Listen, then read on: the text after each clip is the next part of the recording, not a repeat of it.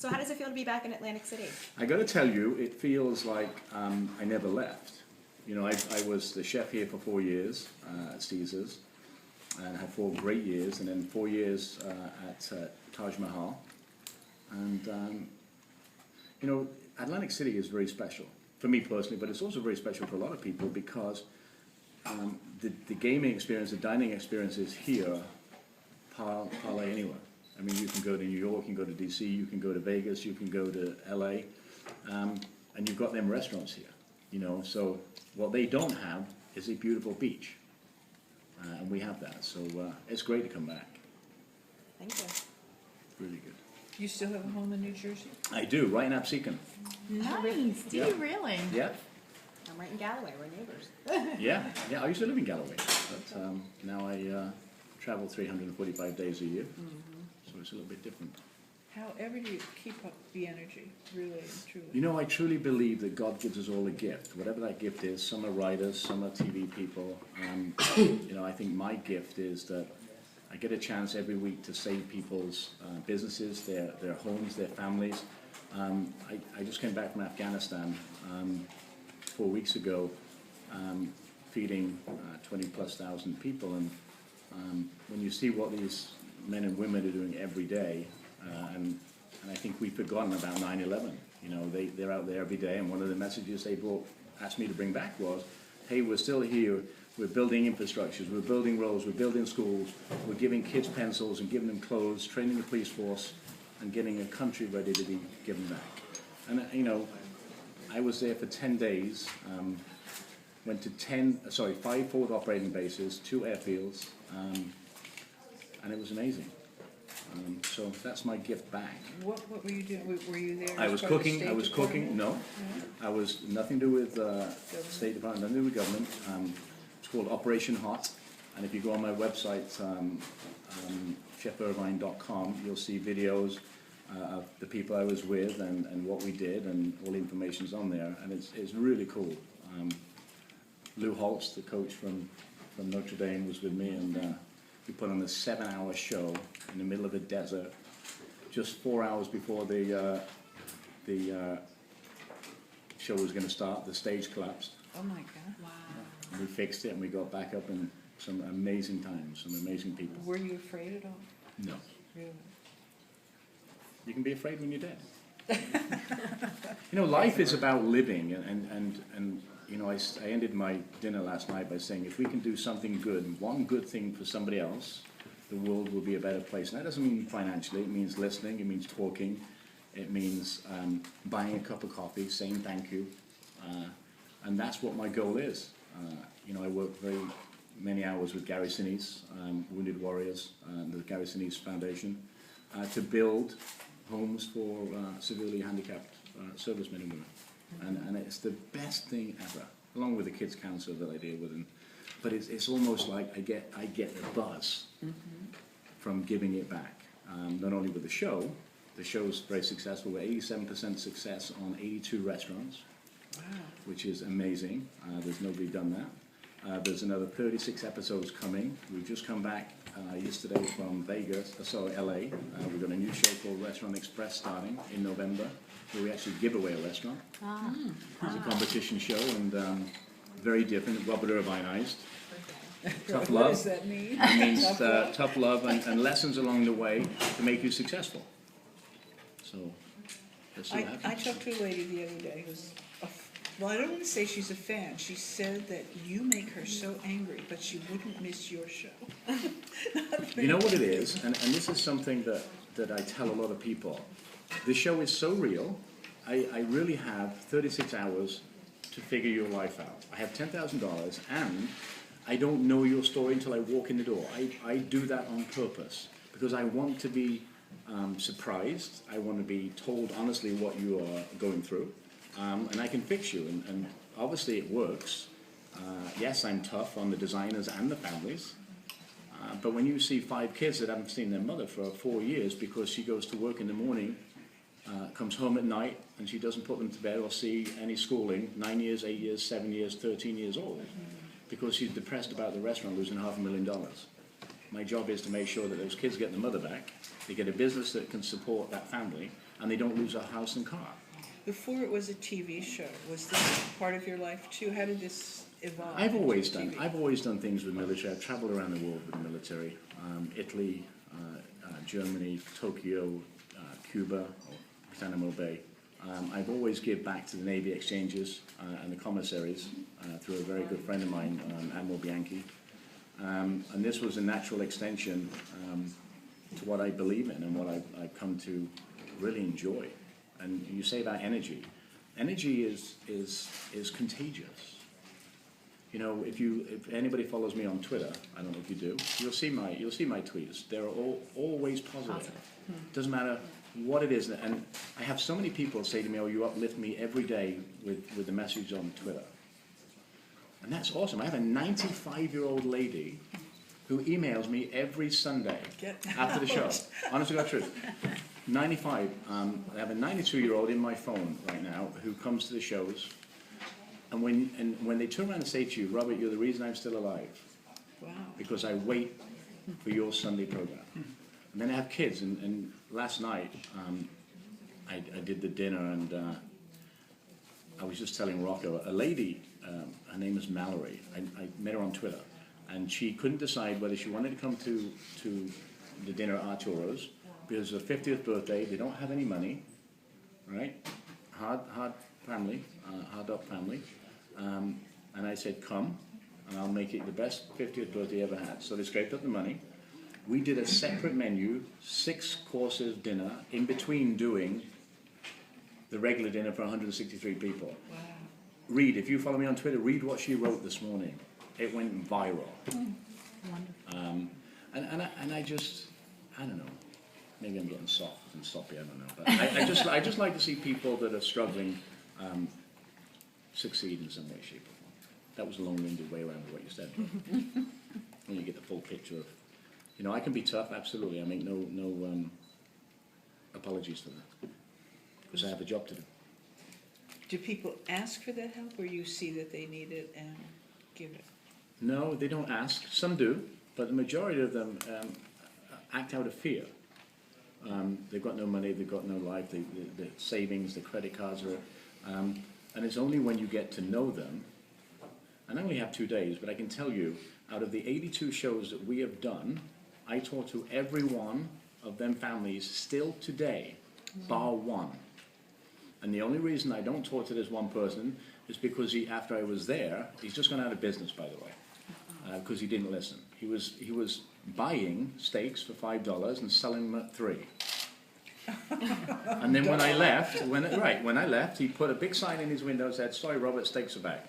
Well, guess what? And I wrote back, "You're bankrupt in a matter of months." And sure enough, you're bankrupt. What's the biggest mistake restaurants make? Biggest mistake, they take the money and run. In other words, they do well for a while, and they don't put money away in a fund, you know, the oh-you-know-what fund. If something breaks or needs to be redone, tables, chairs, flooring, they don't keep their restaurant up to date. They don't clean it, they don't hold their staff accountable. And a lot of people that have been let go in other businesses decide to go in the restaurant business because they think it's easy. So they'll max out their credit cards, or they'll take their severance pay, and they'll buy a restaurant. They'll run it for 3 months, they'll invite all the friends in because they think it's a great thing, and we give you drinks, we give you food, then realize 3 months later, oh, there's sales tax, there's payroll, there's, you know, and all them things, then all of a sudden, and I've just finished a restaurant that's 6 months old, open, and they're already almost $500,000 in debt. 6 months. 6 months. Then you wonder, okay, well, how can the food suppliers keep supplying? How can the bank keep letting them get away with it? And they do. Hopefully, we've saved them, but I think I just got an article. They were 300% up in their sales 2 days ago. So, Good. so we're hoping. Hello. So you're going to be doing 2 shows, or are you My morphing Restaurant one into the Express other? is coming to an end. The finale is on Monday next week in Las Vegas. Restaurant Impossible will continue 2 days after that. We're working on, Gary Sinise and I are working on another show together. Hopefully that will be picked up very soon. launching something really cool. I'm launching my protein bars September 27th. Healthy eating again, low sugar, low fats. So I'm really excited about that. Writing a new book called Fit Fuel, come out in February or March of next year, which is all about eating and exercise for every age group on the planet. I'm very excited about it. How do you write? Do you work at a computer? No, you I talk into it down? this. It's much easier. And then I send the tape, and they write it, they send it back, and I go, no, I didn't say that, that's not what I meant. It's going very well. You know, I write in Muscle and Fitness every month. I've been doing that for a couple of years. Get a lot of mail from that. So, just having a lot of fun. Everybody's quiet. Is it all work and no play, or is work? My work is play. My work is play. You know, if there's an old saying, when the student is ready, a teacher appears. My teacher appeared many years ago and gave me a job, or got me into a job that is all about giving and learning, and I love it. And that's all I can do is learn. What made you ready? I think life in general. I mean, you go through obstacles throughout your life, and you learn, you live and learn, and you grow from that. And that's where, you know, we've all made mistakes, and we've all been in trouble, and you learn from that, and hope you don't kind of repeat that. Where was the connection between kitchen and television?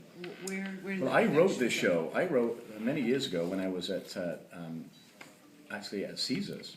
I wrote what was called Fit for a King, which you know as Dinner Impossible. But the actual name for it when I wrote it was Fit for a King. I took it to Food Network. We shot the pilot up in Tarrytown. And the only reason I could do that is a very good friend of mine, Tony Powell, who was then the Director of Food Service for the President of the United States, had a connection with the teams, and we didn't have to get releases because it was a training ground. Otherwise, I would have never shot it, because Yami Yaga, Larry Brown, and all them guys. We shot that show. We took it to a focus group. Food Network loved it. They wouldn't change it except the name. And Dinner Impossible was born 138 episodes later. Why did you think you would be good on camera? What I made you didn't. think that? You didn't? Did you? You didn't think about it at all? Just this would be a good show. I thought and this I'm was gonna get good. out there and do it. Wow. You know, I truly believe that anybody can achieve anything if they want to do it. If they want it that badly, they will do it. If you're going to procrastinate, then you'll never be successful. So Right. you were born in England and you were raised up in Wiltshire, and you finished your cooking training there. Then how do you make up your mind to come to the States to pursue your career? Have you seen England? Have you lived in England? No. It's wet, it's miserable, the people are boring. My parents still live there, by the way. But anyway, I mean, I traveled in the Navy for many years. I was in the Royal Navy. So for me to travel, I've been doing it since I was 11 years old. So for me to leave England was really easy. There's no work there. I come out of the Navy after 10 years, and I joined cruise ships and did various other things. And for me, my life is all about challenges. The youngest of this, the youngest of this, the youngest of this. I want to be the best I can be, not the best you are or you are. I want to be the best that Robert Irvine can give. And challenges are, you know, I will say yes to an event and then try and figure it out afterwards, just because it's a mind game. And it's the same with Dinner Impossible. Dinner Impossible was a mind game against me and time. The only real challenge there, or consequence I should say, is that somebody didn't get fed on time. They're going to get fed, but there was no real consequence. In Restaurant Impossible, there's a real consequence. Somebody loses their home or their business or their family. So I am very, very passionate about the show because it's real life. I don't put cameras in ceilings and tell you, oh, we don't know they're there, like other shows that are fake. This is a real show. I have to deal with your feelings. I had a woman that was raped on one of my shows. You didn't see it, but I had to go and get her help. There was a guy that shot himself in front of his kids. You hear about it because it was part of the show, but we didn't We're not in the business of making sensationalized television, because there's enough of that crap out there. These are real people. And the 2 girls that lost that dad, I have a responsibility to them, to make sure that their restaurant works and their mother can feed them. They couldn't even go home and feed. The money that she made in that restaurant, buying coffee to serve the restaurant. And the kids had to come there and eat whatever was in there. That's not fair to the kids. So I came here, getting back to the original question, I came here because I wanted to do something different. And I've done something different. And I feel that if I was to die tomorrow, there are 82 families that are better off for it. A few more, but from the restaurant standpoint.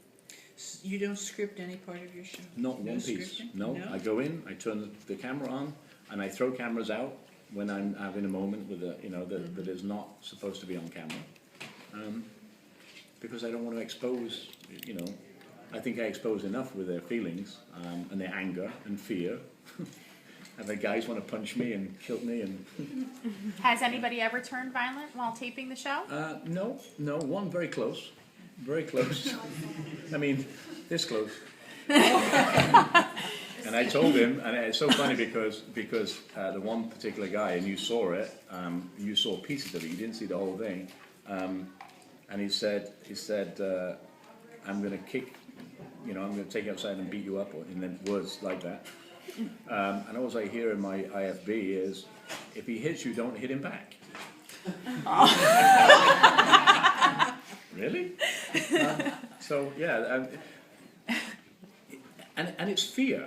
It's fear of change, and it's almost like unmasking the magician. When you look in the mirror and you don't like what you see, we try to kind of hide behind that veil, and there's a lot of that. Speaking of sensationalized, I mean, the whole food culture, Yep. Food Network, everything, everybody seems to want to be a chef. And as a chef who has been through it, Yep. a lot of chefs I talk to, they have earned their chops. Yep. Dave Chang recently talked about the culinary system being broken, that a lot of chefs are just coming out of culinary school, working at a resort, and they get into a real kitchen and they don't know. What would you say to people who are truly looking to be a chef? What do you think it takes truly, A, to be a chef, and 2, what would you like to see more chefs be doing? Well, when I did my training in the military, we used to break sides of beef and cows and pigs and I mean everything down by hand. Nowadays, because it's processed, they don't understand how to butcher. But to be a chef, I got into television at 38 years old. I've been a chef for a long time, a cook, then a sous chef, then a chef. And I think you have to be passionate. And I'm one of them people that goes to culinary schools and tells them, okay, you've paid $40,000 a semester, forget everything you've learned, or most of it, because you'll never use it in the field. You'll use basics, absolutely, and classical training, but everything else you've ever learned, you're not going to use, or very rarely. You're not going to make galantines and ballantines, and if you don't know what they are, they're, where you take chickens apart and reform them back again. You're not going to do that anymore. The art of garde manger is gone. The art of butchery is gone. So what I do when I have people that come to my restaurants, I take them out, I strip them basically and start building them piece by piece. And that's exactly what I do on the show. It's exactly what the military does to you when you walk into the military and basic training. Because they have to kind of emphasize what's important. This show that I'm doing now is, there are chefs that have been chefs in New York for many, many years, and they're so programmed, they can't change. When I go to CIA or NECI Commons, New England Culinary Institute, or I was actually in Charleston yesterday at a technical school that used to be the old Johnson & Wales, and there was a competition of hospital chefs. And normally when you say hospital and you say good food, they don't go hand in hand. But Florida and South Carolina are doing something really special. They're bringing chefs in from Sodexo and the people that they use, and they're training them how to be real chefs, not just throwing stuff on a plate. And they have, like schools have $1.20 to feed a child, the military in Afghanistan gets $15 a day, and hospitals get $5 a day. Well, how do you make 3 meals out of $5? You have to be very creative and be within them nutritional needs, you know, sodium and sugars and things like that. So training of people and educating them into how food should be cooked. We're all about healthy now. If you think about nutritious food, there is none anymore. What we've done to the ground, you know, we talk about organic. Organic just equals expensive. Sorry, and half of the organic places are not certified organic. And to me, a tomato is not as good as it was 5 years ago. We're in Jersey, the Garden State. You get great tomatoes, you get great corn, you get great blueberries. Try getting that anywhere else. You can. So, you know, it's all about respecting the food, respecting growth. You know, when they come out of school, they want to be a sous chef, and then somebody says, "Oh yeah, you're a good guy. Let's make you an executive chef in a." That's my wife. Oh, Hey, sweetheart, I'm in a media thing. Can I call you back? I'll call you back as soon as I'm done. Say hi. Say hi. Hang on. hi! Sexy too, wife. baby. Is I'll that call what you you back. have it called? That's awesome. That's We what she saw is. it, sexy She's- wife. She is my sexy wife. Yeah. That's awesome. She's been away on a retreat for a week and a half, so I haven't talked to her.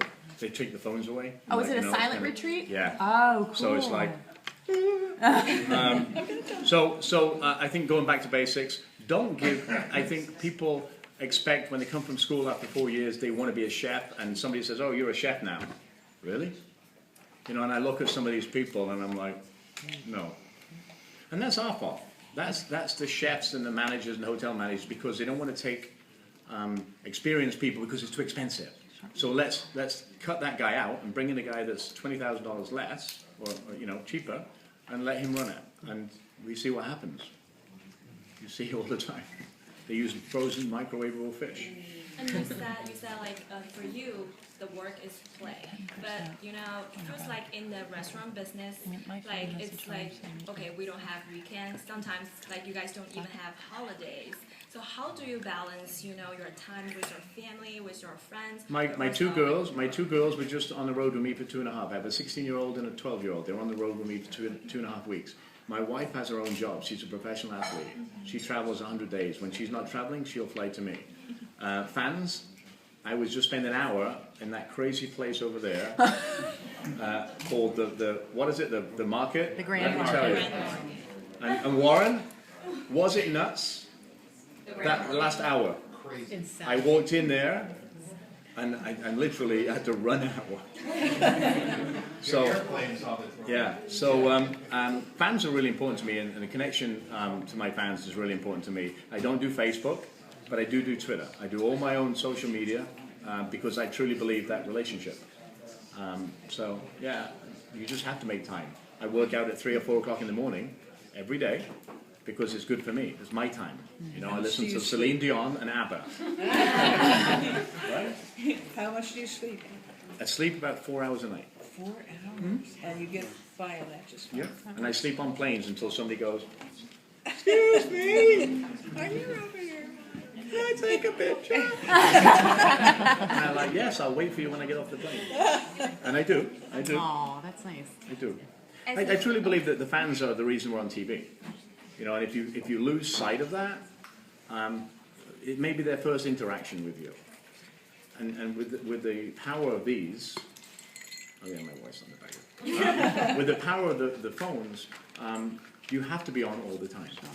You know, you can't have off days. Sorry, you can't have off days. You know, you chose this life, and it's what it is. As a favorite, Sorry. Why are you being so mean? Someone has to keep us on schedule here. Don't worry about it. Okay. Who cares about All it? right. as a famous chef as you must try different kind of food. Is there any kind of food you're still scared to try? Nope. No? I'll eat How anything. about the skinny tofu? Have you ever I'll eat it. I won't like it, but I'll eat it. I eat rattlesnake. I love Korean food. I love Asian, Japanese. I love every type of food there is. I don't eat red peppers, and I do not eat cinnamon. They're the only two things I will not eat. It's not healthy or? You don't Well, like the taste? red pepper has a chemical reaction to your taste buds. So when we spend $22 a pound on crab cakes, or crab meat, and then we put peppers in it, why did you spend $22 a pound on crab? Duh. Really? And cinnamon I just don't like. Has that taste I don't like. What's your favorite cheesesteak? My, Favorite cheesesteak? Tony Luke.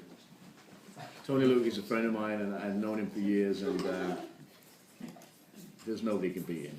You mentioned to say hi. He's a good man. Yeah, Tony Luke. In fact, I wouldn't be here tweeted getting it. Somebody the from another place tweeted me and said, "Oh, you're wrong." I'm like, "No." So I started a campaign of Tony Luke's. He would have been here to see you, but he had to go to Florida. Thank you.